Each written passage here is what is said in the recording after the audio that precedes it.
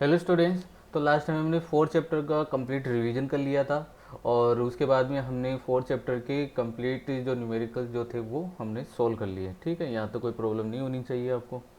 अब देखो अपन आज स्टार्ट करेंगे पांचवा चैप्टर। ठीक है, पांचवा चैप्टर जो है वो क्या है, विद्युत धारा। ठीक है, विद्युत धारा जिसको हम और क्या कहते हैं इंग्लिश में, इलेक्ट्रिक करंट। ठीक है, इंग्लिश में हम इसको कहते हैं इलेक्ट्रिक करंट। तो आज ये हम पढ़ने वाले हैं। तो सबसे पहले आपको इसका कुछ बेसिक नॉलेज होना चाहिए विद्युत धारा के बारे में। हालांकि तुम लोगों ने विद्युत धारा के बारे में टेंथ क्लास में भी पढ़ा हुआ होगा। ठीक है, फिर भी अगर नहीं मालूम है तो एक बार वापस अपन थोड़ा बहुत जान लेते हैं विद्युत धारा के बारे में।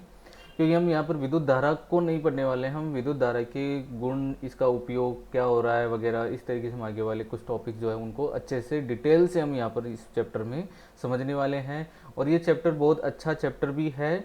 और अपने जो प्रैक्टिकल एग्ज़ाम जो होते हैं उस प्रैक्टिकल एग्ज़ाम में कम से कम इसमें 5 से 6 प्रैक्टिकल केवल इस चैप्टर से ही पूछे जाते हैं। ठीक है, इस चैप्टर से ही 5 6 प्रैक्टिकल है। ठीक है, तो ये प्रैक्टिकल चैप्टर भी है और थ्योरेटिकल चैप्टर भी है। एग्जाम के लिए बहुत ही इंपॉर्टेंट चैप्टर भी ये माना जाता है। ठीक है, तो इसको ध्यान से आपको समझना है। देखो अपन डेली रूटीन में अपन देखते हैं अपना, जैसे मान लो कंप्यूटर ही चल रहा है। ठीक है, वो किसकी वजह से चल रहा है, विद्युत की वजह से चल रहा है, इलेक्ट्रिक करंट की वजह से चल रहा होता है। पावर, जैसे मान लो फैन चल रहा है, बल्ब चल रहा है, टीवी वगैरह, ठीक है, ये सब जो चल रहे होते हैं वो किसकी वजह से चल रहे होते हैं, विद्युत की वजह से चल रहे होते हैं, जिसको हम बोलते हैं विद्युत धारा। ठीक है, अब जब मान लो कि जब कभी आप जब बोलते हो है ना, नॉर्मली अपने गांव की भाषा में अपन बोलते हैं कि लाइट चली जाती है तो अपन बोलते हैं लाइट चली गई। एक्चुअल में वो लाइट का मतलब, देखो लाइट का मतलब होता है क्या है, प्रकाश। इसका मतलब प्रकाश चला गया। ठीक है, तो वो अंधेरा हो जाता है, तब अपन बोलते हैं लाइट चली गई। लेकिन एक्चुअल में जब अपन इस चीज़ को अपन देखते हैं तो इसको वास्तविक परिभाषा में या वास्तविक तरीके से हम इसको बोलना चाहिए करंट चली गई। ठीक है, करंट चली गई या पावर कट हो गया। ठीक है, हम इस तरीके से इसको बोलना चाहिए। ठीक है, लाइट चली गई है ना, लाइट का मतलब क्या होता है, प्रकाश का चला जाना। ठीक है, तो दिन में अगर मान लो ये पावर चली गई तब भी हम क्या यही बोलेंगे, लाइट चली गई, है ना। तो ये गलत बात हो जाएगी यहाँ पर ये बोलना, क्योंकि लाइट नहीं गई, लाइट तो है अभी भी। जैसे मान लो अभी की बात कर रहे हैं, ठीक है, लाइट चली गई, है ना, तो ये तो गलत बात हो गई यहाँ पर, इस तरीके को इसको बोलना। ठीक है, हम यहाँ पर इसको, हमें इसको क्या बोलना चाहिए, करंट चली गई। वास्तव में इसको क्या बोला जाता है, करंट चली गई। ठीक है, या फिर पावर कट हो गई। ठीक है, हमें इस तरीके से इसको बोलना चाहिए। अब देखो करंट क्या होती है या इलेक्ट्रिक करंट क्या होती है, इसके लिए थोड़ा सा आपको एक टर्म समझना चाहिए, वो है चालक के बारे में। ठीक है, हालांकि मैं चालक के बारे में आगे फिर से बताऊंगा, लेकिन फिर भी थोड़ा बहुत मालूम होना चाहिए। चालक क्या होता है कि जिसमें मुक्त इलेक्ट्रॉनों की संख्या सब बहुत अधिक मात्रा में होती है, उनको हम क्या कहते हैं, चालक कहते हैं। अपन जानते हैं चालक में विद्युत धारा प्रवाहित होती है और कुछ चालक में विद्युत धारा प्रवाहित नहीं होती है। लेकिन ये विद्युत धारा जो है वो क्यों प्रवाहित होती है, ठीक है, चालक में क्यों प्रवाहित होती है और कुचालक में क्यों नहीं होती है, तो इसके बारे में आप जान लीजिए। चालक में तो ये विद्युत धारा प्रवाहित होती है किसकी वजह से, इलेक्ट्रॉनों की वजह से ये विद्युत धारा प्रवाहित होती है। जबकि कुचालक में मुक्त इलेक्ट्रॉनों की संख्या बिल्कुल नगण्य होती है, इसलिए वहाँ पर इलेक्ट्रॉन नहीं है, मुक्त इलेक्ट्रॉन प्रेजेंट नहीं है, उपस्थित नहीं है, इस वजह से उसमें कोई विद्युत धारा का प्रवाह नहीं होता है। ठीक है, तो ओवरऑल कहने का मतलब ये है, हम इन में अपन एक टर्म यूज कर रहे हैं और वो है क्या, मुक्त इलेक्ट्रॉन। और मुक्त इलेक्ट्रॉन यहाँ पर, मुक्त का मतलब है, ये ध्यान रखने वाली बात है, हालांकि मैं इसके बारे में पूरा डिटेल से आगे बताने वाला हूँ। मुक्त का वास्तव में मतलब है स्वतंत्र होना। ठीक है, क्या होता है, स्वतंत्र होना। स्वतंत्र किसके लिए, गति करने के लिए, गति करने के लिए ये क्या होते हैं, स्वतंत्र होते हैं पूरी तरीके से, है ना। इनके जो नाभिक, परमाणु में जो नाभिक होते हैं, ठीक है, उसके चारों ओर जो इलेक्ट्रॉन परिक्रमा करते रहते हैं, जो दूर वाले जो इलेक्ट्रॉन होते हैं जिनको अपन संयोजी इलेक्ट्रॉन बोल सकते हैं, इन पर लगने वाला आकर्षण बल लगभग क्या हो जाता है, नगण्य हो जाता है। तो ये पूरी तरीके से गति करने के लिए स्वतंत्र हो जाते हैं। ऐसे इलेक्ट्रॉनों को, ऐसे संयोजी इलेक्ट्रॉन को ही हम क्या कहते हैं, मुक्त इलेक्ट्रॉन कहते हैं। यहाँ पर मुक्त इलेक्ट्रॉन का टर्म हम यूज कर रहे हैं, ठीक है, एक आवेश से। ठीक है, अपन जानते हैं इलेक्ट्रॉन जो है वो ऋणावेशित कण होता है, तो हम यहाँ पर अब इसको क्या बोलेंगे, आवेश, इसको आपको बोल देना है। ठीक है, अब ये आवेश क्या होता है, जब एक निश्चित दिशा में प्रवाहित होता है, ठीक है, तब जाकर कोई भी चालक में विद्युत धारा का प्रवाह होता है। ठीक है, तो विद्युत धारा की परिभाषा जो है वो क्या होगी, विद्युत धारा,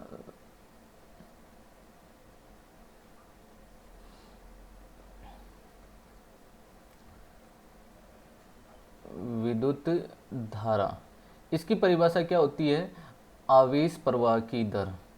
ठीक है, आवेश प्रवाह की दर। देखो आपको नोट्स जो है वो भी साथ ही में बना लेने हैं, मैं सब कुछ यहाँ पर इसी पर नोट करवाने वाला हूँ, कोई पीडीएफ वगैरह कोई जनरेट नहीं होगी। ठीक है, ये सब कुछ आपको पूरा एक्चुअल जो भी चीज़ें हैं वो सब यहाँ पर मिल जाएगी।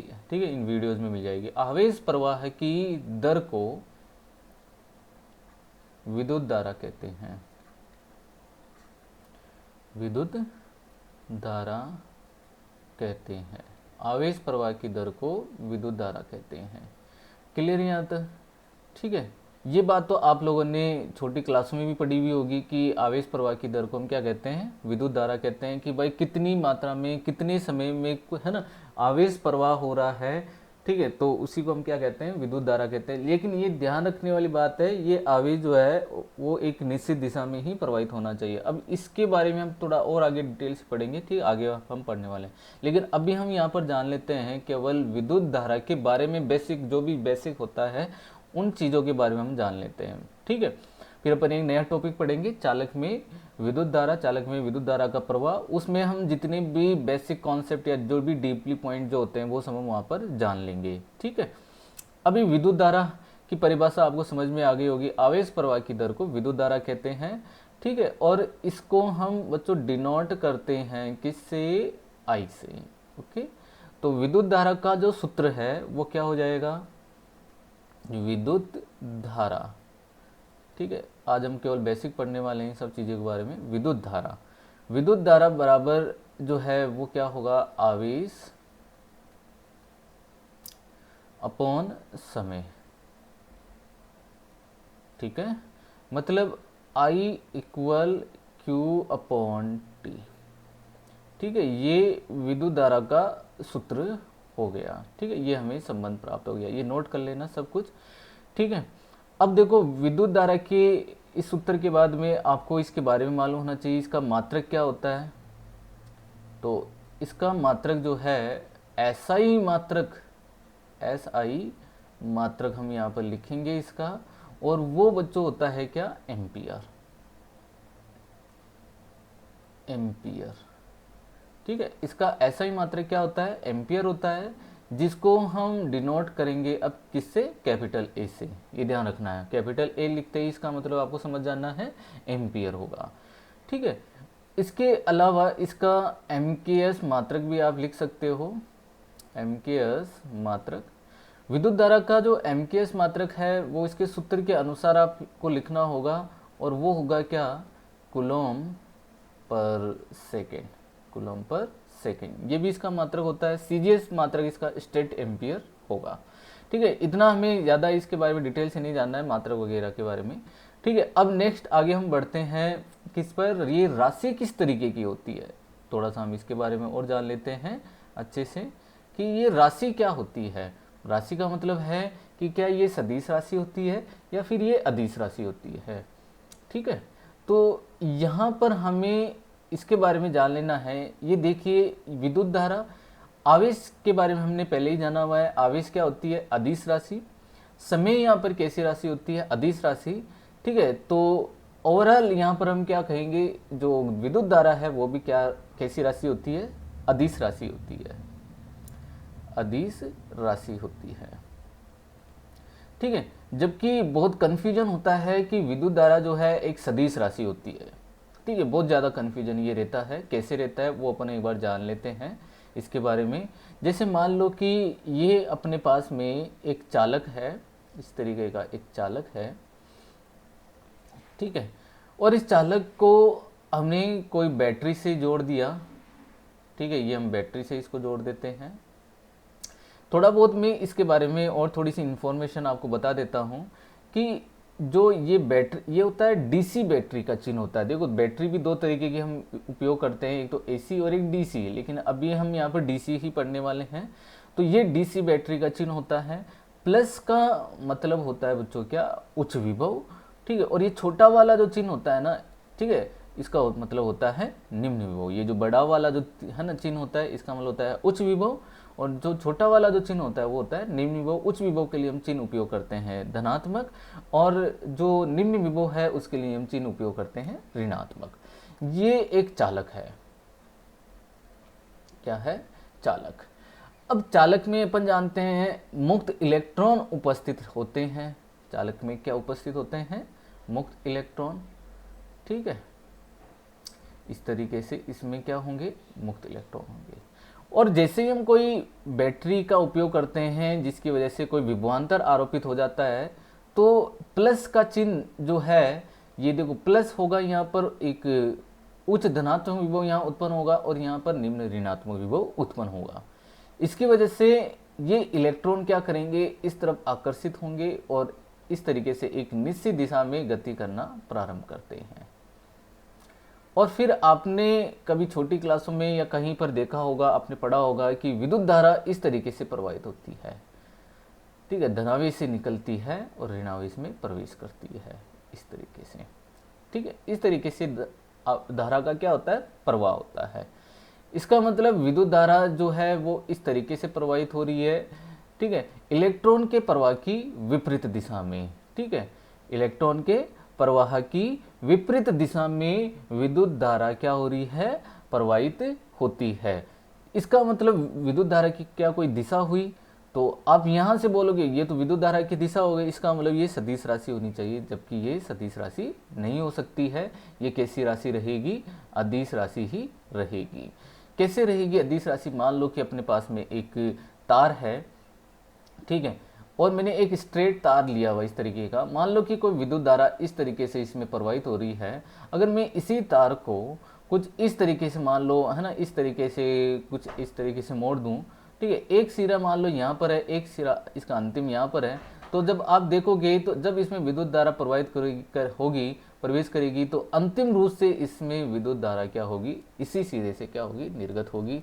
कहीं पर भी धारा की कोई दिशा नहीं बदल रही है, ठीक है, धारा की दिशा नहीं बदल रही है, एक ही दिशा हमेशा होगी, ठीक है। आप अगर बैटरी का चिन्ह उपयोग करोगे, माइनस को आप इधर कर दो, प्लस को आप इधर कर दो, तब भी विद्युत धारा आप देखोगे प्लस से माइनस की ओर ही प्रवाहित होगी। इसका मतलब ये विद्युत धारा की कोई दिशा नहीं है, ये आवेश के प्रवाह की दिशा है। आवेश किधर से किधर प्रवाहित हो रहा है? उच्च धनात्मक विभव से निम्न ऋणात्मक विभव की तरफ आवेश प्रवाहित हो रहा है। और आवेश एक अदिश राशि है, समय भी एक अदिश राशि है। इसका मतलब विद्युत धारा भी कैसी राशि होगी? अदिश राशि ही होगी। हम इसको और अच्छे तरीके से समझ सकते हैं। देखो, मान लो दो अपने पास में चालक तार है, ठीक है, मान लो ये एक चालक तार है और मैंने यहाँ पर एक जॉइंट लिया हुआ है, इस तरीके का एक जॉइंट माना है, और मान लो कि यहाँ पर कोई धारा आई प्रवेश करती है बैटरी की सहायता से, और इस जॉइंट पर आने के बाद में ये धारा दो भागों में बट जाती है। मान लो इधर चली गई I1 और इधर चली गई क्या? I2, ठीक है। और मान लो कि ये थीटा एंगल है, मान लो कि जैसे ये कोई 30 डिग्री का या 60 डिग्री का कुछ एंगल है यहाँ पर बना हुआ है।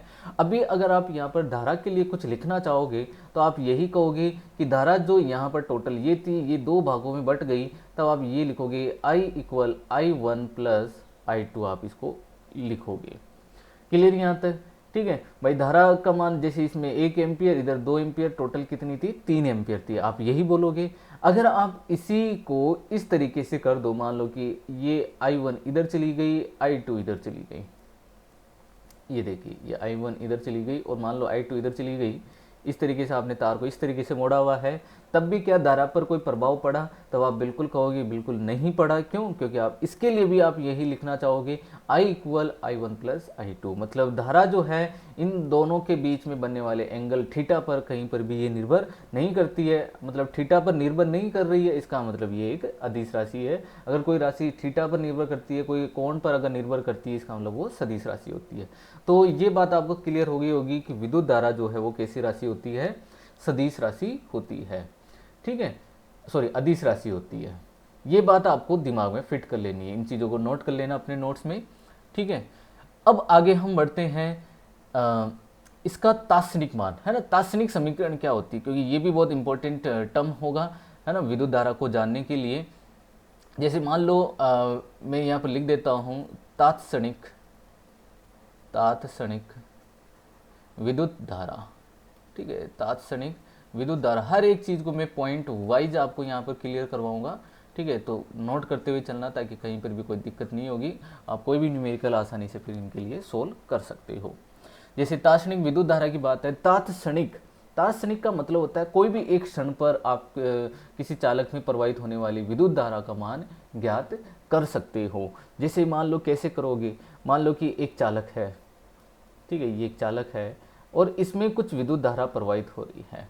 मान लो यहाँ से यहाँ तक आवेश को पहुँचने में लगने वाला समय कितना है, 2 सेकंड। लेकिन मैं पूछ लूँ भाई 2 सेकंड में यहाँ तक, तभी तो आप यहाँ पर यहाँ से यहाँ तक 2 सेकंड, यहाँ से यहाँ तक पहुँचने वाला टोटल जो आवेश है वो मान लो जैसे 2 कूलम है, तो आप सिंपली इसकी धारा का मान आप आसानी से बता सकते हो कि यहाँ से 2 सेकंड में यहाँ तक पहुँचने वाली विद्युत धारा का मान जो है वो कितना है, 1 एम्पियर है। लेकिन जब मैं आपसे ये कहूँ कि मुझे ये बताइए कि 0.2 सेकंड पर विद्युत धारा का मान बताइए, मतलब बहुत कम मान ये हो गया, समय बहुत कम हो गया, 0 के समथिंग ये हो गया। और यहाँ पर आप विद्युत धारा का मान बताइए, अगर इस जगह आप विद्युत धारा का मान अगर बता दो उस क्षण पर तुरंत, ठीक है, तो आप उसको क्या कहोगे, तात्क्षणिक विद्युत धारा, ठीक है। तात्क्षणिक का मतलब किसी क्षण पर विद्युत धारा का मान, ठीक है। तात्क्षणिक विद्युत धारा का मतलब क्या होगा, किसी क्षण पर, किसी क्षण पर विद्युत धारा, किसी क्षण पर विद्युत धारा का मान, ठीक है, क्या कहलाएगी, तात्क्षणिक विद्युत धारा कहलाती है। तात्क्षणिक विद्युत धारा कहलाती है। अब मुझे इसके लिए क्या सूत्र का उपयोग करना चाहिए, तात्क्षणिक विद्युत धारा के लिए क्या सूत्र का मैं उपयोग करूं। देखिए यहाँ से अभी मैंने कहा कि किसी क्षण पर, अब किसी क्षण का मतलब क्या हो गया, वो समय बिल्कुल नेग्लिजिबल होगा, बहुत कम होगा, तो विद्युत धारा भी वहाँ पर क्या होनी चाहिए, उस क्षण के लिए कुछ कम होनी चाहिए। मतलब अपन एक कम मान के लिए, कम मान को हम कैसे लिखते हैं, डी के टर्म में लिखते हैं, तो मुझे इसको ऐसा लिखना चाहिए D Q upon D T. तो ये उस क्षण पर प्राप्त होने वाली मुझे क्या मिल गई, तात्क्षणिक विद्युत धारा की समीकरण मिल गई। इसको बोलते हैं तात्क्षणिक विद्युत धारा की समीकरण, जहां पर Q जो है तात्क्षणिक के लिए क्या होना चाहिए, कंडीशन क्या होनी चाहिए, कंडीशन ये होनी चाहिए Q जो है वो समय पर निर्भर करेगा, समय पर निर्भर करेगा। Q किस पर निर्भर करेगा, समय पर निर्भर करेगा। जैसे हम इसको एक एग्जाम्पल से क्लियर करते हैं, ठीक है। हालांकि ये सब कुछ आपने 11th क्लास में इस तरीके के टर्म्स पढ़े हुए हैं, ठीक है। फिर भी एक बार अपन जान लेते हैं। जैसे मान लो ये एग्जाम्पल है, Q आपको दिया हुआ है, कोई चालक है, उसमें प्रवाहित होने वाला जो आवेश है वो कुछ इस तरीके से दिया जाता है, t² प्लस 2t प्लस 1। इस तरीके से आपको कुछ ये समीकरण दी गई है।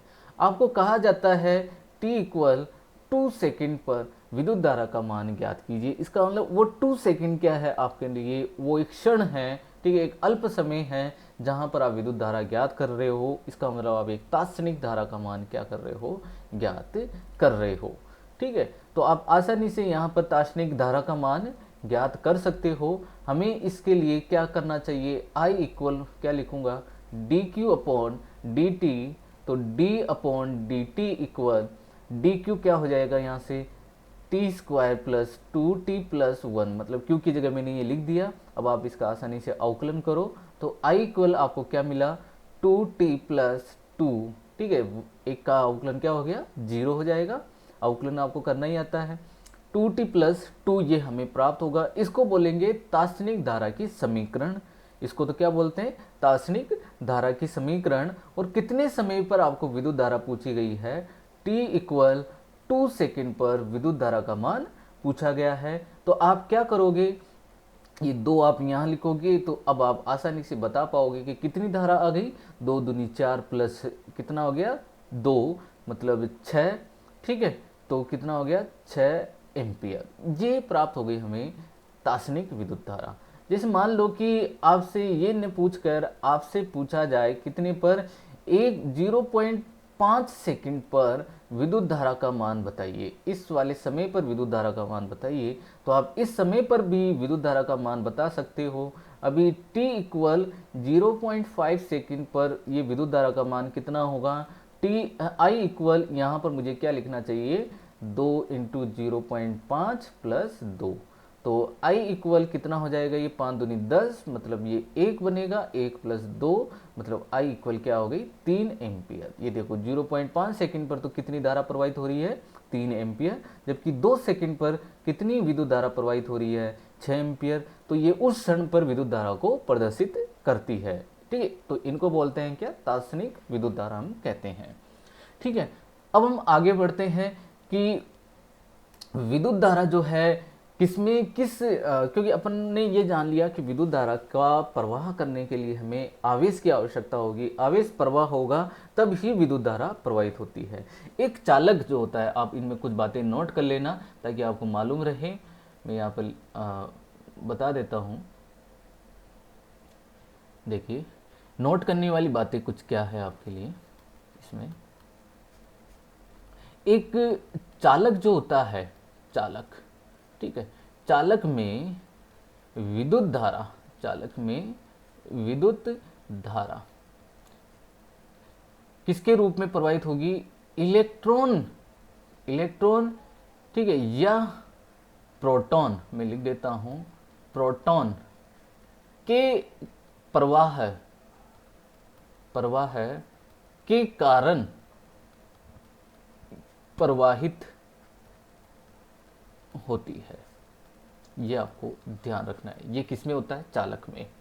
कभी बार ऐसे ही क्वेश्चन पूछ लेते हैं, भाई चालक में विद्युत धारा किसके कारण प्रवाहित होती है, तो आप कहोगे इलेक्ट्रॉन या प्रोटॉन के प्रवाह के कारण। सेकंड पॉइंट क्या होगा, मान लो आपसे पूछ लिया जाए सेल, किसमें, सेल में, सेल में, या फिर आपको पूछ लिया जाए किसी विद्युत अपघट्य में। विद्युत अपघट्य का मतलब होता है सेल में जो हम विलयन का उपयोग करते हैं, ठीक है, उसको हम क्या बोलते हैं, विद्युत अपघट्य। ठीक है, विद्युत अपघट्य। विद्युत अपघट्य में जो विद्युत धारा प्रवाहित होती है, विद्युत धारा, ठीक है, ये प्रवाहित होती है धनायन आयन के रूप में होती है, ध्यान रखना है बस, धनायन या फिर ऋणायन, ऋणायन के प्रवाह के कारण, के प्रवाह के कारण प्रवाहित होती है। क्लियर यहां तक, ठीक है, ये तो हो गया इसके लिए, किसके लिए, सेल के लिए। ये बातें है ना, इनको आप दिमाग में बैठा लेना, इंपॉर्टेंट कर लेना कि छोटे छोटे, ये छोटी छोटी बातें होती है लेकिन एग्जाम में ये बहुत प्रॉब्लम कर देती है अपने बोर्ड एग्जाम में। ठीक है, थर्ड पॉइंट, थर्ड पॉइंट है अर्धचालक। आपने थोड़ा बहुत पढ़ा होगा, नहीं पढ़ा है तो हम एक इसका चैप्टर पढ़ेंगे विस्तार से, अर्धचालक का 16वां चैप्टर। ठीक है, अर्धचालक जो होता है, अर्धचालक में विद्युत धारा जो प्रवाहित होती है वो इलेक्ट्रॉन व होल, वहां पर होल लिए जाते हैं। ठीक है, अब ये क्या होते हैं, ये सब अपन डिटेल से आगे पढ़ेंगे। ठीक है, अभी है ना, आपको कंफ्यूज नहीं होना है, बस इतना जानना है कि अर्धचालक कोई होता है और इसमें इलेक्ट्रॉन व होल के कारण, होल के प्रवाह के कारण, प्रवाह के कारण विद्युत धारा प्रवाहित होती है, विद्युत धारा प्रवाहित होती है। तो ये तो किसके कारण प्रवाहित होती है, इस अर्धचालक में इलेक्ट्रॉन व होल के कारण विद्युत धारा प्रवाहित होती है। ठीक है, और भी बहुत सारे टर्म होते हैं, जैसे मान लो कि जैसे टीवी में, पहले के जो टीवी होते थे, आपको याद हो, कोई मोटे मोटे है ना टीवी हुआ करते थे। ठीक है, उनमें एक पिक्चर ट्यूब आती है। ठीक है, पिक्चर जो ट्यूब होती है वो पूरी तरीके से निर्वात होती है और उसमें भी विद्युत धारा का प्रवाह होता है। ऐसे नहीं कि विद्युत धारा निर्वात में प्रवाहित नहीं होती, ये बहुत ही अच्छी बात है। देखो यहाँ पर ये एक बहुत ही अच्छा इम्पोर्टेंट टर्म आप इसको बोल सकते हो, क्योंकि यहाँ पर यही ये बताता है, एक मिनट, सॉरी, देखो, जो फोर्थ इम्पोर्टेंट पॉइंट क्या है कि यहाँ पर आपको जो इम्पोर्टेंट बात जो ध्यान देने वाली वो है कि इलेक्ट्रॉन जो है वो निर्वात में भी, या विद्युत धारा जो है वो निर्वात में भी प्रवाहित हो सकती है। निर्वात का मतलब वायु। देखो, अब आप कैसे सोचोगे कि निर्वात में कैसे प्रवाहित होगी? इसका सबसे बेस्ट एग्जांपल है टीवी की पिक्चर ट्यूब। ठीक है, ये नोट करने वाली बात ये है कि विद्युत धारा निर्वात निर्वात में भी प्रवाहित निर्वात में भी प्रवाहित हो सकती है। ठीक है, फॉर एग्जाम्पल, इसका एग्जाम्पल क्या है? इसका एग्जाम्पल है, ये थोड़ा सा यहाँ पर समझा देता हूँ। इसका एग्जाम्पल है टीवी की पिक्चर ट्यूब। टीवी की जो पिक्चर ट्यूब है, ठीक है, ये पिक्चर ट्यूब में निर्वात में इलेक्ट्रॉन के प्रवाह के कारण विद्युत धारा प्रवाहित होती है। विद्युत धारा प्रवाहित होती है। ठीक है, टीवी में जो पिक्चर ट्यूब होती है उसमें निर्वात होता है, उसमें कोई भी वायु की कण उपस्थित नहीं होती है। मान लो कि जैसे ये कोई पिक्चर ट्यूब है टीवी की, इस तरीके से। ठीक है, और जो स्क्रीन जो होती है वो इसके सामने यहाँ पर अटैच होती है। इस जगह यहाँ पर टीवी की स्क्रीन जो है वो अटैच होती है। तो टीवी में जब ये स्क्रीन पर जो लाइट आती है, ठीक है, यहाँ पे जो इसमें लाइट आती है स्क्रीन पर, वो इसमें प्रवाहित होने वाली विद्युत धारा के कारण ही प्रवाहित होती है, प्राप्त होती है। तो ये जो पिक्चर ट्यूब है इसमें वायु के कण उपस्थित नहीं होते हैं और इसमें इलेक्ट्रॉनों का प्रवाह किया जाता है।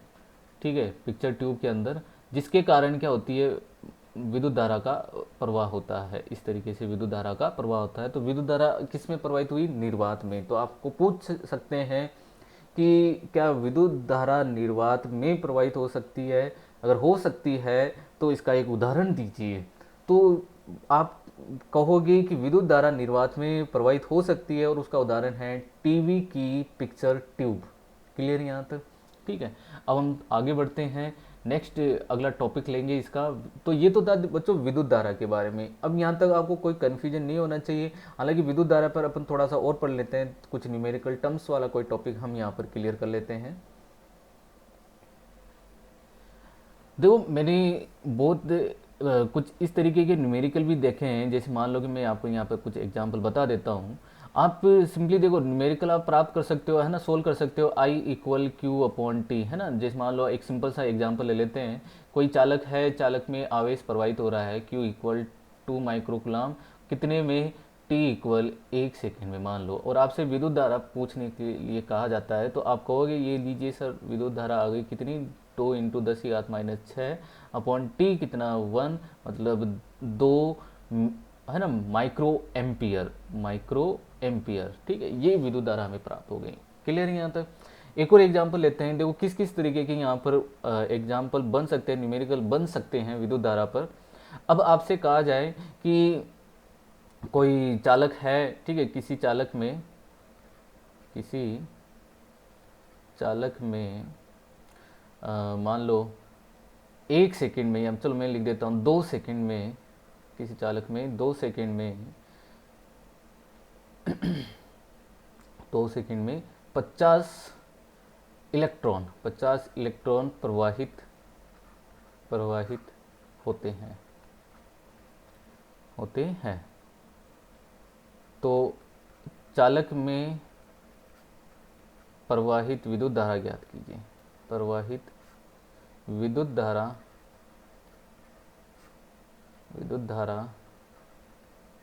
ज्ञात कीजिए।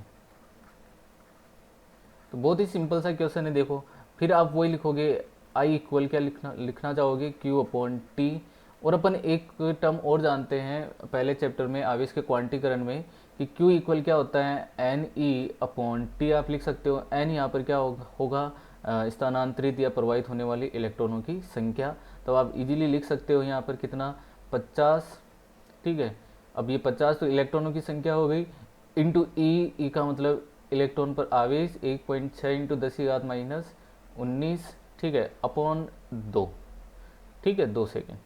तो ये आप सोल्व कर लेना इसको, ठीक है, इसका आपको आंसर मिल जाएगा, ठीक है। तो एक इस तरीके का क्वेश्चन भी एग्जाम में पूछ सकते हैं, मान लो, है ना, कहीं भी कंपटीशन एग्जाम में पूछ सकते हैं, तो आप इनको इस सूत्र का उपयोग कैसे करोगे ये हमें जानना था।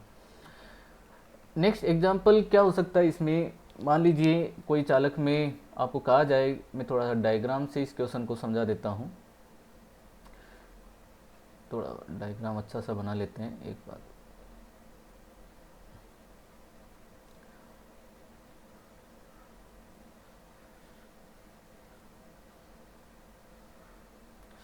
ठीक है, मान लो कि इसमें आपको कहा जाता है कि 25 इलेक्ट्रॉन, ठीक है, सॉरी, 25 इलेक्ट्रॉन जो है वो 2 सेकंड में इस दिशा में प्रवाहित हो रहे हैं, ठीक है। और कहा जाता है कि उसी 2 सेकंड में, टाइम का ध्यान रखना है, कितना है, 2 सेकंड, ठीक है। और कहा जाता है कि उतने ही 20 प्रोटॉन इसके विपरीत दिशा में प्रवाहित हो रहे हैं। तो विद्युत धारा ज्ञात कीजिए, 2 सेकंड में प्रवाहित होने वाली विद्युत धारा ज्ञात कीजिए, ठीक है। तो अब देखो ये क्वेश्चन आपको कंफ्यूज कर सकता है, क्योंकि यहाँ पर मैंने आपको बताया कि विद्युत धारा इलेक्ट्रॉन के कारण भी प्रवाहित होती है और प्रोटॉन के कारण भी प्रवाहित होती है। विद्युत धारा हमेशा इलेक्ट्रॉन की प्रवाह की विपरीत दिशा में प्रवाहित होती है और प्रोटॉन के प्रवाह की दिशा में प्रवाहित होती है, मतलब धनावेश के प्रवाह की दिशा में प्रवाहित होती है और इलेक्ट्रॉन के प्रवाह की विपरीत दिशा में प्रवाहित होती है। तो ओवरऑल अपन देखें तो अपने पास में एक नहीं, अभी इस सिचुएशन में 2 विद्युत धाराएं हैं, ठीक है। एक तो है इलेक्ट्रॉन के कारण प्रवाहित होने वाली विद्युत धारा I1 और एक प्रोटॉन के कारण प्रवाहित होने वाली विद्युत धारा I2। अब इसमें क्या करना होता है, आपको धारा की दिशा के बारे में ध्यान रखना होता है। जैसे ये I1 है, आपको कहा जाए ये I1 है और ये विद्युत धारा प्रवाहित होगी किस दिशा में, इलेक्ट्रॉन के प्रवाह की विपरीत दिशा में। तो इलेक्ट्रॉन अगर इस दिशा में प्रवाहित हो रहे हैं तो विद्युत धारा किस दिशा में प्रवाहित होगी, इस दिशा में। और प्रोटॉन में तो विद्युत धारा क्या होती है, प्रोटॉन की दिशा में ही प्रवाहित होती है, तो ये हो गई I2। तो अब दोनों एक ही दिशा में प्रवाहित हो रही है, इसके लिए हम यहाँ पर क्या लिख सकते हैं, अतः कुल विद्युत धारा प्रवाहित होगी I equal I1 plus I2, ये आपको इसमें लिखना होगा। तो I1 का मतलब तो क्या हो गया, 25 इलेक्ट्रॉन अपॉन 2, और I2 का मतलब क्या हो गया, 20 प्रोटॉन अपॉन 2। क्लियर यहाँ तक। तो इलेक्ट्रॉन का आवेश का मान लिखो, इंटू करो, सोल्व करो, और प्रोटॉन के आवेश का मान लिखो, इंटू करो और सोल्व करो। क्लियर यहाँ तक। विद्युत धारा का मान प्राप्त हो जाएगा। ऐसे नहीं यहाँ पर माइनस का चिन्ह उपयोग कर लोगे, नहीं, ठीक है। ये हमने यहाँ पर दिशा के आधार पर हमने यहाँ पर इसको बता दिया है, यहाँ पर चिन्ह का उपयोग कर लिया पहले ही, ठीक है। तो यहाँ पर इस तरीके का क्वेश्चन भी पूछ सकते हैं। हो सकता है आपको प्रोटॉन की दिशा इलेक्ट्रॉन की दिशा में ही दे दें, तब आप क्या करोगे, प्रोटॉन इधर प्रवाहित हो रहे हैं तो एक धारा तो इधर प्रवाहित होगी, एक धारा इधर प्रवाहित होगी, तब आप वहाँ पर क्या चिन्ह लोगे, माइनस का चिन्ह उपयोग करोगे। ये आपको ध्यान रखना है इन क्वेश्चंस में। इस तरीके के क्वेश्चंस भी कभी बार ऐसे एयरफोर्स वगैरह, एनडीए वगैरह, इनमें ऐसे क्वेश्चन पूछे जा सकते हैं, ठीक है। अब हम यहाँ पर आगे बढ़ते हैं। अगला अपना नेक्स्ट टॉपिक क्या होगा, इसी से रिलेटेड है, और वो है धारा घनत्व है। धारा घनत्व में एक अच्छे से लिख देता हूँ इसको,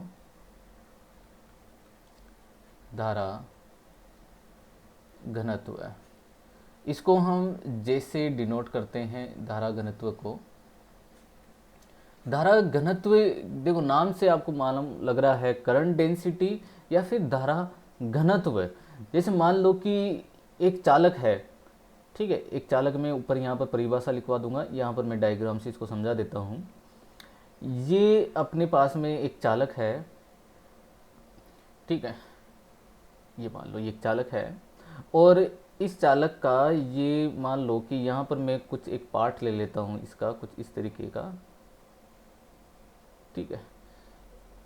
इतना ये जो भाग है इसका मान लो कोई क्षेत्रफल है A, ठीक है। अब इसमें कुछ विद्युत धारा प्रवाहित हो रही है, यहाँ से इसमें से प्रवेश करेगी और यहाँ से बाहर निकलेगी, ये विद्युत धारा प्रवाहित हो रही है। क्लियर यहाँ तक। तो कोई पृष्ठ होता है, ठीक है, और उस पृष्ठीय क्षेत्रफल से कुछ विद्युत धारा का प्रवाह होता है। तो कोई भी एक पृष्ठीय क्षेत्रफल, जैसे मान लो कि इसमें टोटल विद्युत धारा प्रवाहित हो रही है आई, इस पूरे क्षेत्रफल में विद्युत धारा प्रवाहित हो रही है कितनी, आई। तो मैं पूछूं कि इतने क्षेत्रफल में, केवल इतने से क्षेत्रफल में कितनी विद्युत धारा प्रवाहित होगी, तब आप इजीली कहोगे सर आई अपॉन ए। क्या बोलोगे, आई अपॉन ए। बात समझ में आ गई? ठीक है, इसी को हम क्या बोलेंगे, धारा घनत्व कहेंगे। ठीक है, अगर बात क्लियर नहीं हुई तो मैं और कुछ अच्छे से एग्जाम्पल से आपको समझा देता हूँ, है ना। जैसे है ना, एक कटोरी है, ठीक है, एक कटोरी है और कटोरी में मान लो कुछ टॉफ़ी रखी हुई है ना, टॉफ़ी रखी हुई है। मान लो कितनी टॉफ़ी है, मान लो ये 6 टॉफ़ी इसमें रखी हुई है। क्लियर यहाँ तक? और मैंने कहा कि ये जो टॉफ़ी है ये कुछ आयतन, मतलब अब कटोरी है तो ये आयतनिक चीज़ होगी। मान लो ये 10 मीटर क्यूब का इसका आयतन है। तो मैं पूछूं तो 1 मीटर क्यूब में कितनी टॉफ़ी रखी हुई है, तो आप कहोगे कि सर 6/10 टॉफ़ी इसमें रखी हुई होगी। क्लियर यहाँ तक? मतलब ये इसका क्या बताएगा, घनत्व बताएगा कि 1 मीटर क्यूब में कितनी टॉफ़ी आप रख सकते हो, 6/10, है ना, इतनी टॉफ़ी आप रख सकते हो, है ना। नॉर्मली इस तरीके से आपको समझ लेना है इस चीज़ को। बिल्कुल इसी तरीके से आपको इसको ये समझना है कि अगर मैं कहूँ कि 10 मीटर स्क्वायर क्षेत्रफल में अगर विद्युत धारा प्रवाहित हो रही है कितनी, 10 एम्पियर इतनी विद्युत धारा प्रवाहित हो रही है, तब मैं आपसे पूछूं कि तो 1 मीटर स्क्वायर क्षेत्रफल में कितनी धारा प्रवाहित होगी, तब आप क्या कहोगे, है ना, 10/10 ये आप कहोगे। तो कितनी विद्युत धारा प्रवाहित होगी, 1 एम्पियर विद्युत धारा प्रवाहित होगी किसमें, 1 मीटर स्क्वायर क्षेत्रफल में। 10 मीटर स्क्वायर क्षेत्रफल में अगर 10 एम्पियर विद्युत धारा प्रवाहित हो रही है तो 1 मीटर स्क्वायर क्षेत्रफल में कितनी विद्युत धारा प्रवाहित होनी चाहिए, 1 एम्पियर। तो ये 1 एम्पियर वास्तव में क्या बताएगी, इसकी धारा घनत्व को इसको प्रदर्शित करेगी। तो हम धारा घनत्व को अब आसानी से लिख सकते हैं, धारा घनत्व की परिभाषा लिख सकते हैं। क्या लिखेंगे, धारा घनत्व की परिभाषा, है ना, किसी चालक के प्रति एकांक क्षेत्रफल से प्रवाहित विद्युत धारा, विद्युत यहाँ लिख देता हूँ, विद्युत धारा की मात्रा, विद्युत धारा, है ना, क्षेत्रफल से प्रवाहित विद्युत धारा की मात्रा धारा घनत्व कहलाता है। क्लियर है यहाँ तक? इसको हम प्रदर्शित करते हैं बच्चों, जैसे नोट्स में आपको परिभाषा लिख लेनी है। आप चाहो ये डायग्राम, है ना, एक अच्छे से एग्जाम्पल के लिए, ताकि आपको बाद में भी अगर समझना हो तो आप समझ सकते हो यहाँ पर। ठीक है, अब आगे देखो, अब इस धारा घनत्व की इस परिभाषा के अनुसार अब मैं इसका क्या लिख सकता हूँ, सूत्र, एक संबंध हम लिख सकते हैं। तो हम क्या बोल रहे थे धारा घनत्व के लिए, कि एकांक क्षेत्रफल से प्रवाहित विद्युत धारा की मात्रा। तो I अपॉन ए, ये किसके इक्वल होगा, J के। ठीक है, ये धारा घनत्व का हमें क्या प्राप्त हो गया, संबंध प्राप्त हो गया, सूत्र प्राप्त हो गया। हम इसका अब क्या लिख सकते हैं बच्चों, मात्रक। आप इसका मात्रक बताइए। तो एम्पियर पर मीटर स्क्वायर इसका क्या होगा, मात्रक हो जाएगा। ठीक है, आपसे इसमें बहुत ही इम्पोर्टेंट बात क्या है, इसमें इम्पोर्टेंट बात इसकी है वो है राशि। और सबसे खास बात यह है कि धारा घनत्व सदिश राशि होती है। देखिए, धारा घनत्व कैसी राशि होती है, सदिश राशि होती है। हम इसको समझेंगे। ठीक है, एक बार सदिश राशि के बारे में इसको थोड़ा सा समझ लेते हैं। ये आप इन चीज़ों को नोट कर लेना कि धारा घनत्व, सबसे पहली बात तो धारा घनत्व का ये एक संबंध होता है J = I/A, जो आगे काम में आएगा, इसलिए इम्पोर्टेंट है। ठीक है। मात्रक इसका एम्पियर पर मीटर स्क्वायर होगा। राशि ये कैसी होती है, सदिश राशि होती है, जबकि विद्युत धारा कैसी राशि होती है, अदिश राशि होती है, और धारा घनत्व कैसी राशि होती है, सदिश राशि होती है। मैं इसको समझाता हूं कि किस तरीके से सदिश राशि है, और मैं इस संबंध को और अच्छे से मैं कैसे इसको लिख सकता हूं, वास्तविक तरीके से मैं इसको कैसे लिख पाऊंगा, ताकि मैं अपनी किसी भी तरीके की कोई प्रॉब्लम हो, क्वेश्चन हो, वो आप आसानी से हल कर सको। तो इसके लिए आप इसको ऐसे जानिए। मान लो कि ये एक चालक है, ये एक चालक है, और ये मैंने कहा, मैं यहाँ पर एक अलग कलर से इसको बना देता हूँ ताकि आपको अच्छे से समझ में आए। ये कोई क्षेत्रफल है ए, ठीक है, और इसमें प्रवाहित होने वाली ये विद्युत धारा है आई, ठीक है। तो विद्युत धारा इस दिशा में प्रवाहित हो रही है, विद्युत धारा इस दिशा में प्रवाहित हो रही है। तो विद्युत धारा जिस दिशा में प्रवाहित होती है उसी दिशा में धारा की दिशा भी होती है, धारा घनत्व की दिशा भी होती है। जिस दिशा में विद्युत धारा प्रवाहित होती है उसी दिशा में धारा घनत्व की दिशा मानी जाती है। लेकिन यहाँ पर तो चलो ये टर्म हमने इस तरीके से इसको उपयोग कर लिया, जैसे मान लो कि ये इसमें इस तरीके से धारा की कुछ रेखाएं मैं यहाँ पर बना देता हूँ ताकि आपको समझ में आ जाए। क्लियर यहाँ तक? ठीक है, मैं एक और डायग्राम से इसको समझाता हूँ। ये मान लीजिए ये अपने पास में एक चालक है, और मैंने कहा कि यहाँ का जो क्षेत्रफल है ना, मैं कुछ इस तरीके से लेता हूँ, ये वाला टर्म मैंने ऐसे लिया। अब ये जो क्षेत्रफल है वो कुछ इस तरीके से झुका हुआ है, पहले ऐसे सीधा था, ठीक है, और विद्युत धारा ऐसे प्रवाहित हो रही है, इस तरीके से इसमें विद्युत धारा प्रवाहित हो रही है, और यहाँ पर क्या कर रही है विद्युत धारा, इससे क्या हो रही है, निर्गत हो रही है इस जगह, ठीक है। तो पूरी मैक्सिमम विद्युत धारा प्रवाहित हो रही है, तो धारा घनत्व हम कहेंगे कि धारा घनत्व क्या है, मैक्सिमम है, ठीक है, अधिकतम है। लेकिन एक बात बताओ कि मैं अगर इसको अब इस तरीके से कर दूं तो क्षेत्रफल तो इस तरफ ओपन हो रहा है, जबकि विद्युत धारा ऐसे प्रवाहित हो रही है, इस तरीके से प्रवाहित हो रही है। क्लियर यहाँ तक? विद्युत धारा इधर प्रवाहित हो रही है, धारा घनत्व इधर ही है, धारा घनत्व पर कुछ प्रभाव आया कि नहीं, ये बताइए। तो आप कहोगे सर विद्युत धारा घनत्व बिल्कुल प्रभाव आया है। क्यों आया है? क्योंकि पहले तो धारा घनत्व क्या था, ज़्यादा था, लेकिन अब धारा घनत्व क्या हो गया बच्चों, कम हो गया। उस क्षेत्रफल वही अपन रख रहे हैं, क्षेत्रफल पहले भी ए ही था, लेकिन जब हमने इसको ऐसे कर दिया, क्षेत्रफल ए ही है लेकिन धारा घनत्व कम हो गया। इसका मतलब यहाँ पर हम इस क्षेत्रफल को अब हम एक क्षेत्रफल अदिश के रूप में न मानकर हम इसको एक सदिश रूप में मान सकते हैं। जैसे हमने विद्युत फ्लक्स पढ़ा था, ठीक है, विद्युत फ्लक्स में हमने क्या जाना था कि विद्युत क्षेत्र रेखाएं इस तरीके से अगर कोई क्षेत्रफल से प्रवाहित होती है तो विद्युत फ्लक्स अधिकतम होता है, और जब हम कोई क्षेत्रफल को कोई थीटा एंगल पर घुमाते हैं, है ना, चालक के उस बंद पृष्ठ को अगर हम घुमाते हैं कोई थीटा एंगल पर, तो उसके अनुरूप ही जो उसका फ्लक्स है वो क्या होने लग जाता है, कम होता है, बढ़ता है, वो उसके थीटा एंगल पर डिपेंड करने लगता है, थीटा पर डिपेंड कर रहा है। देखो अब नाम से मालूम हुआ, अब आप यहाँ पर क्या कह सकते हो कि थीटा हो गया।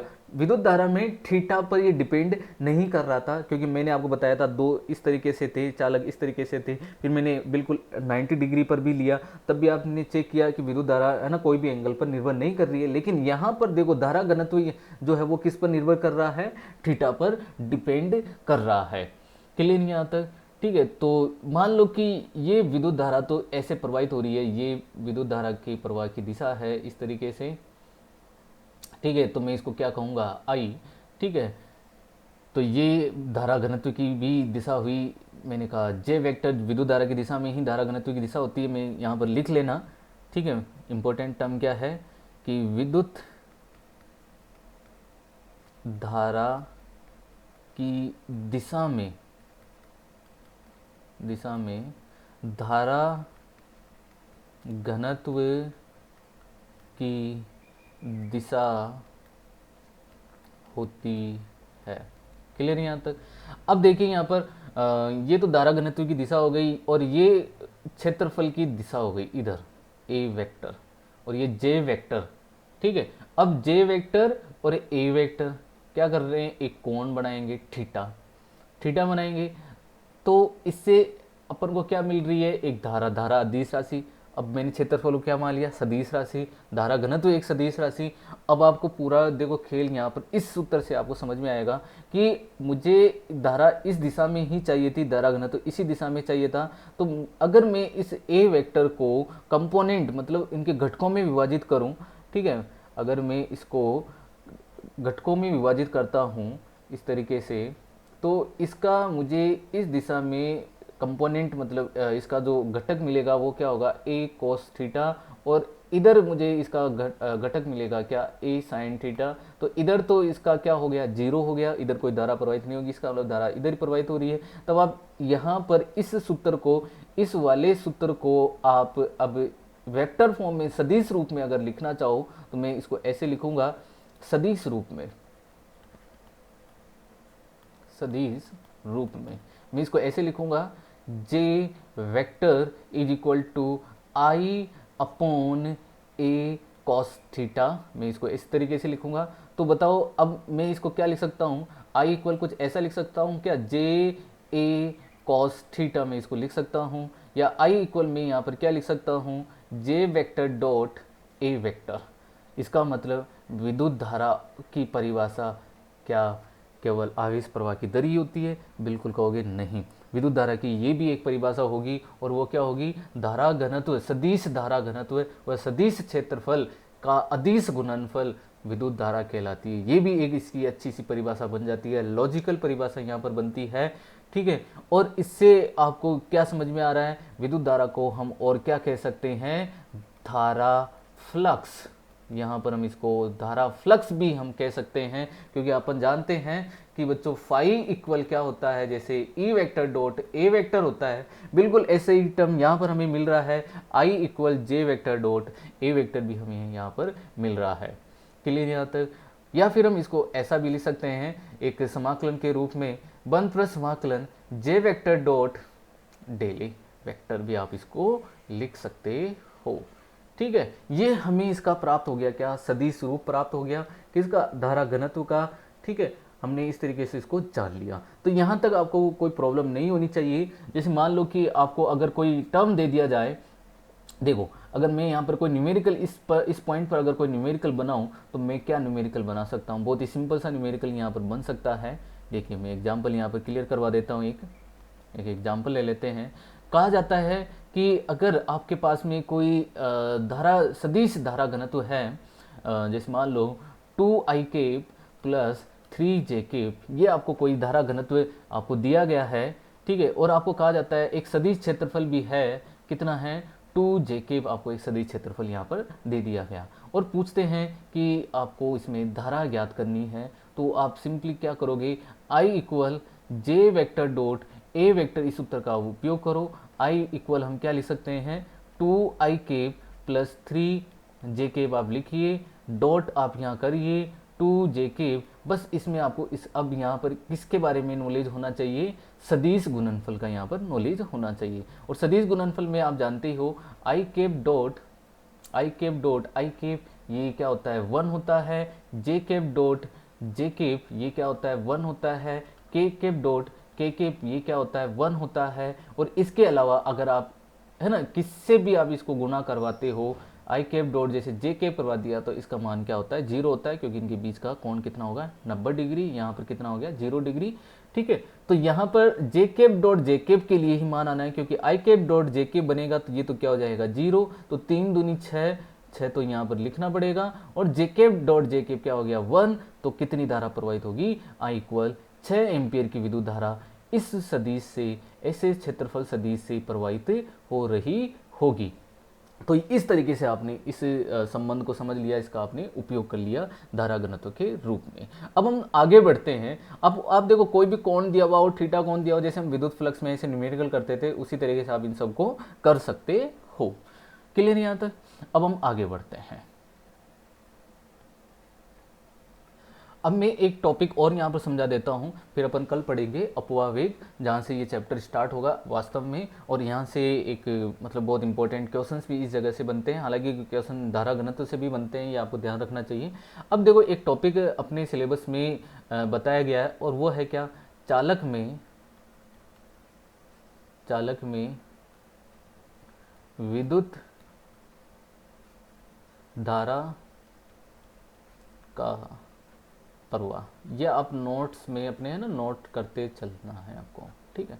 मैं हर एक चीज़ को यहाँ पर नोट करवा दूंगा, ठीक है। चालक में विद्युत धारा का प्रवाह, इसमें बताया गया कि चालक में विद्युत धारा का प्रवाह कैसे होता है। मैंने बताया पहले आपको कि एक चालक जो होता है, ठीक है, अब देखो इसको अब थोड़ा सा डिटेल से समझना है। जैसे मान लो कि ये अपने पास में बच्चों एक चालक है।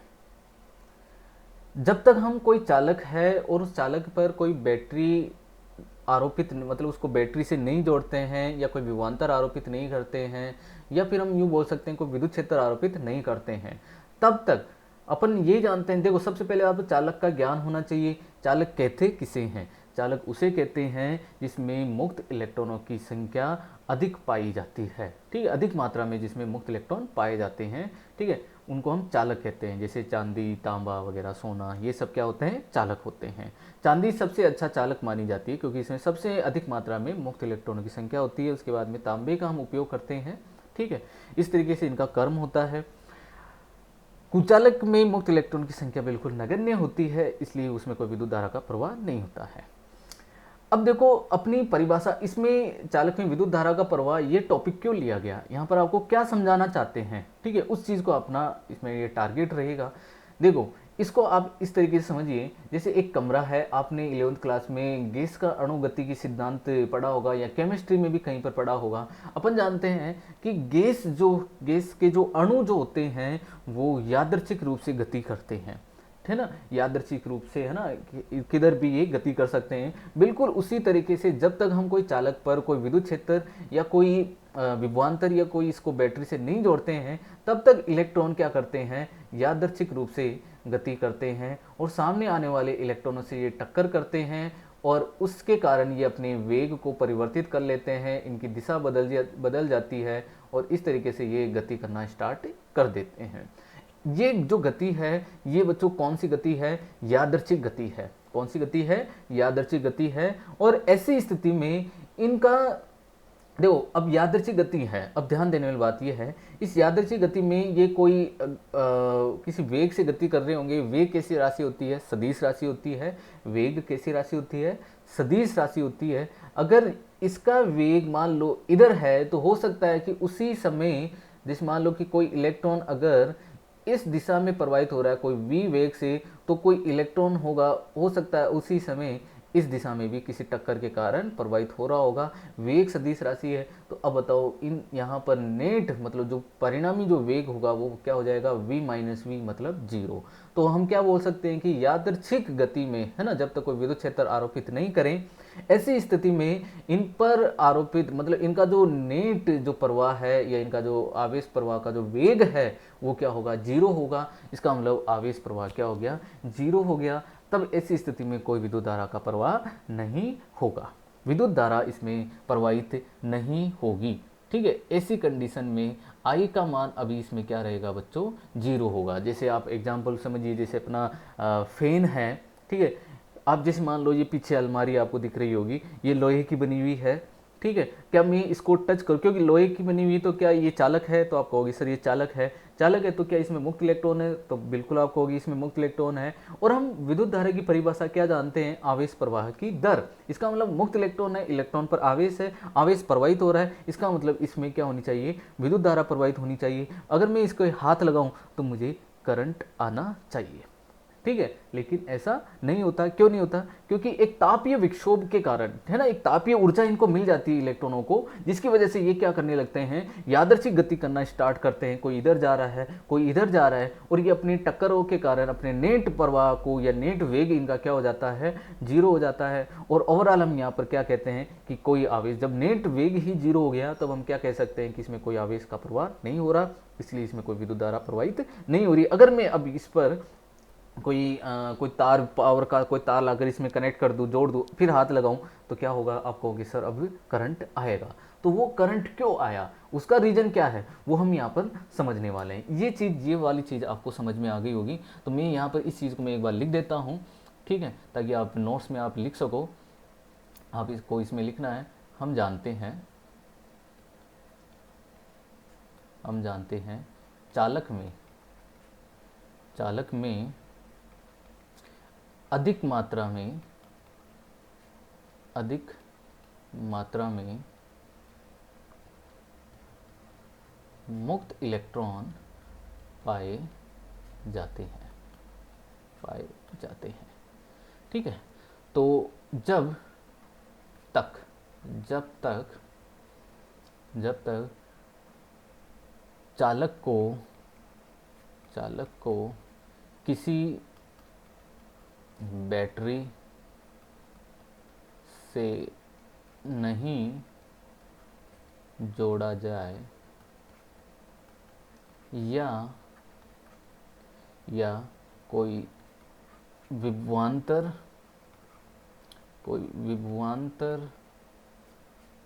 आरोपित नहीं किया जाए, आरोपित नहीं किया जाए, तब तक क्या होगा, तापीय विक्षोभ, क्योंकि तापमान होगा कोई भी कमरे का, ठीक है, तब तक तापीय ऊर्जा के कारण, मैं नीचे लिखूंगा अब आगे का टर्म, आप ये डायग्राम बना लें ताकि आपको समझ में आ जाएगा। मैं यहाँ पर लिख देता हूँ, तब तक तापीय ऊर्जा के कारण इलेक्ट्रॉन यादृच्छिक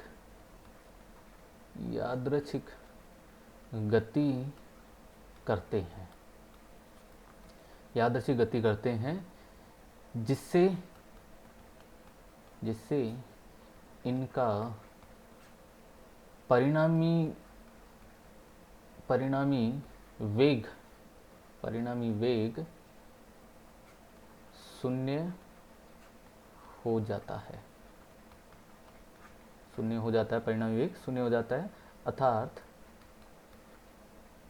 अर्थात आवेश का नेट प्रवाह शून्य होता है। अतः कोई विद्युत धारा प्रवाहित नहीं होती है। क्लियर यहाँ तक? ये जो भी मैंने बताया, ये वाला टर्म, इस डायग्राम को, वो मैंने यहाँ पर इसकी थ्योरी लिख दी।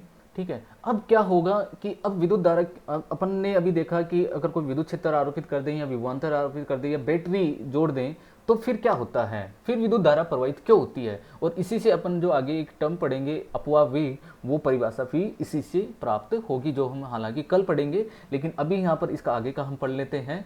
ठीक है, कि अगर क्या हो जब हम इसको चालक से जोड़ देते हैं। तो अब मैं आगे इसके बारे में या इसका एक डायग्राम बना देता हूँ। एक बार हम इसको समझ लेते हैं वापस से, कि अगर हम अब इसको एक चालक को एक बैटरी से कनेक्ट कर देते हैं, बैटरी से जोड़ देते हैं चालक तार की सहायता से। एक चालक तार लिया और ये बैटरी है, इसका उच्च विभव, ये निम्न विभव, ये बैटरी का विभवांतर V है। तो इसके सिरों के मध्य है ना, इसके जो सिरे हैं इसके मध्य विभवांतर कितना आरोपित हो गया, V आरोपित हो जाएगा। और ये वाला जो टर्म है ये उच्च धनात्मक विभव पर होगा और ये निम्न ऋणात्मक विभव पर होगा। अब इसके अंदर जो इलेक्ट्रॉन यादृच्छिक गति कर रहे होंगे, तो बताओ इलेक्ट्रॉन पर क्या होगा, इलेक्ट्रॉन पर धनात्मक, अपन जानते हैं, आप इसको सिंपली तरीके से जानिए, धनावेश से धनावेश क्या करेगा, इलेक्ट्रॉनों को अपनी ओर आकर्षित करेगा। ठीक है, तो इलेक्ट्रॉन क्या करना स्टार्ट करेंगे, इधर से, यहाँ से इलेक्ट्रॉन, देखो यहाँ से क्या होगा, इलेक्ट्रॉन निकलेगा, ऋणात्मक है, और वो इस तरफ फिर प्रवाहित होना स्टार्ट कर देगा, इस दिशा में। ठीक है, एक निश्चित दिशा में इलेक्ट्रॉन का प्रवाह प्रारंभ हो जाता है, निश्चित दिशा में। किधर से किधर होगा, ऋणावेश से धनावेश की ओर, ऋणावेश से धनावेश की ओर इलेक्ट्रॉन का प्रवाह क्या हो जाता है, प्रारंभ हो जाता है।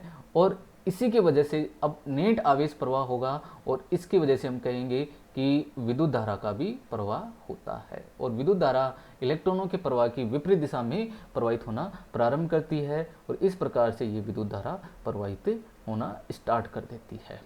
तो विभवांतर, जब तक विभवांतर आरोपित नहीं होता है, या कोई बैटरी आरोपित नहीं होती है, या कोई विद्युत क्षेत्र आरोपित नहीं होता है, तब तक इलेक्ट्रॉन यादृच्छिक गति करने के कारण उनका जो आवेश प्रवाह, जो नेट आवेश प्रवाह है, वो क्या हो जाता है, जीरो हो जाता है, और कुल विद्युत धारा हम क्या बोल सकते हैं, जीरो होगी। क्लियर यहाँ तक? अब मैं इसके बारे में थोड़ा लिख देता हूँ ताकि आप इसको नोट कर लो, ठीक है, जो मैंने अभी बताया कि अब क्या था कि यदि यदि यदि चालक के सिरों पर सिरों पर कोई विभवांतर कोई विभवांतर आरोपित विभवांतर आरोपित करते हैं तो इलेक्ट्रॉन इलेक्ट्रॉन एक निश्चित निश्चित दिशा निश्चित दिशा क्या होगी? निम्न विभव से। निश्चित दिशा मैं लिख देता हूँ ब्रैकेट में, इलेक्ट्रॉन किधर गति करेंगे, क्योंकि ये निम्न विभव है और ये उच्च विभव है, तो निम्न विभव से उच्च विभव निम्न विभव से उच्च विभव। निश्चित दिशा का मतलब क्या है? निम्न विभव से उच्च विभव। एक निश्चित दिशा की ओर गति करने लगते हैं अर्थात चालक में आवेश का नेट प्रवाह उत्पन्न हो जाता है, जिससे चालक में उच्च विभव से ठीक है निम्न विभव की ओर उच्च विभव से निम्न विभव की ओर, मतलब इलेक्ट्रॉन की प्रवाह की विपरीत दिशा में निम्न विभव की ओर, या आप ब्रैकेट में लिख लो, इलेक्ट्रॉन के प्रवाह की विपरीत दिशा में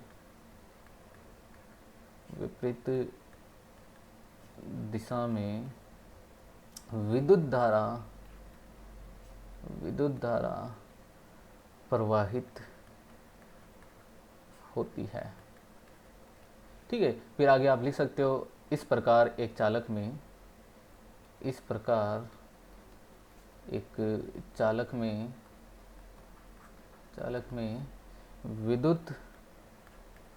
विद्युत धारा का प्रवाह होता है। क्लियर यहाँ तक? तो ये आपको समझ में आ गया होगा कि चालक में किस प्रकार से विद्युत धारा का प्रवाह होता है। ठीक है, तो आज हमने क्या क्या जान लिया? विद्युत धारा के बारे में जान लिया, है ना। हमने जाना क्या होता है ना, अदिश कैसे होती है, ये सब आपको बातों का ध्यान रखना है। ताशनी विद्युत धारा हमने उसका उपयोग करना सीखा, न्यूमेरिकल हमने उसके किए, हमने धारा घनत्व को अच्छे से समझा, है ना, कैसे हम विद्युत धारा को विद्युत फ्लक्स भी कह सकते हैं, धारा किस तरीके से अदिश राशि होती है, धारा घनत्व किस तरीके से सदिश राशि होती है। ठीक है, ये सब हमने बातें जान ली। इसके अलावा आज हमने और क्या जाना कि चालक में विद्युत धारा कैसे प्रवाहित होती है ना। इसमें हमने 2 टर्म जाने, इसके आपको 2 सेक्शन हमने इसको किए, है ना, डिवाइड करके हमने इसको समझा कि जब विभवांतर या बैटरी आरोपित नहीं करते हैं चालक पर, तब उसमें विद्युत धारा प्रवाहित क्यों नहीं होती है, विभवांतर आरोपित करते हैं या बैटरी आरोपित करने पर विद्युत धारा प्रवाहित क्यों होती है। ये बातें हमने यहाँ पर जान ली। अब हम कल जानेंगे अपवाह वेग, है ना, जो आगे वाला जो टर्म है उसके बारे में जानेंगे। ठीक है, अब ये धीरे धीरे, है ना, थोड़ा लेवल बढ़ता हुआ चलेगा और न्यूमेरिकल हम साथ में करते हुए चलेंगे। नोट्स आप साथ में बनाते हुए चलिए, जो कि मैं यहाँ पर लिखवा रहा हूँ साथ ही में। ठीक है, कोई प्रॉब्लम नहीं आएगी। आप अपने क्लास नोट्स में अपनी जो भी नोट्स बुक है उनमें आप उनको नोट करते हुए चलिए। मैं आगे, मेरी स्कूल वाले अगर स्टूडेंट्स यहाँ पर देख रहे हैं, तो मैं लॉकडाउन के बाद में जब भी अपनी स्कूल स्टार्ट होगी, मैं नोट्स ज़रूर चेक करूँगा कि किस किस ने लिखा है या नहीं लिखा है। उससे मालूम लगेगा कि कौन पढ़ाई कर रहा था, कौन नहीं कर रहा था। इसके अलावा जो अदर स्टूडेंट्स हैं जो भी मेरी स्कूल में पढ़ाई नहीं करते हैं, तो उनसे मेरी रिक्वेस्ट है कि अगर आपको ये मेरे लेक्चर्स आपको, हालांकि ये लेक्चर आपको बहुत इफेक्टिव लगेंगे, जल्दी में 12th बोर्ड का रिजल्ट आने वाला है, वो भी प्रूफ हो जाएगा कि किस लेवल पे यहाँ पर मैं आपको पढ़ाता हूँ। ठीक है, तो मेरे इस वजह से मेरे आप जो चैनल है उसको आप सब्सक्राइब ज़रूर करना, ताकि और भी स्टूडेंट्स के पास में ये पहुँच सके। ठीक है, और उनके लिए भी पढ़ाई जो है वो सुगम हो सके। ठीक है, तो बच्चों आज के लिए इतना ही। Thank you.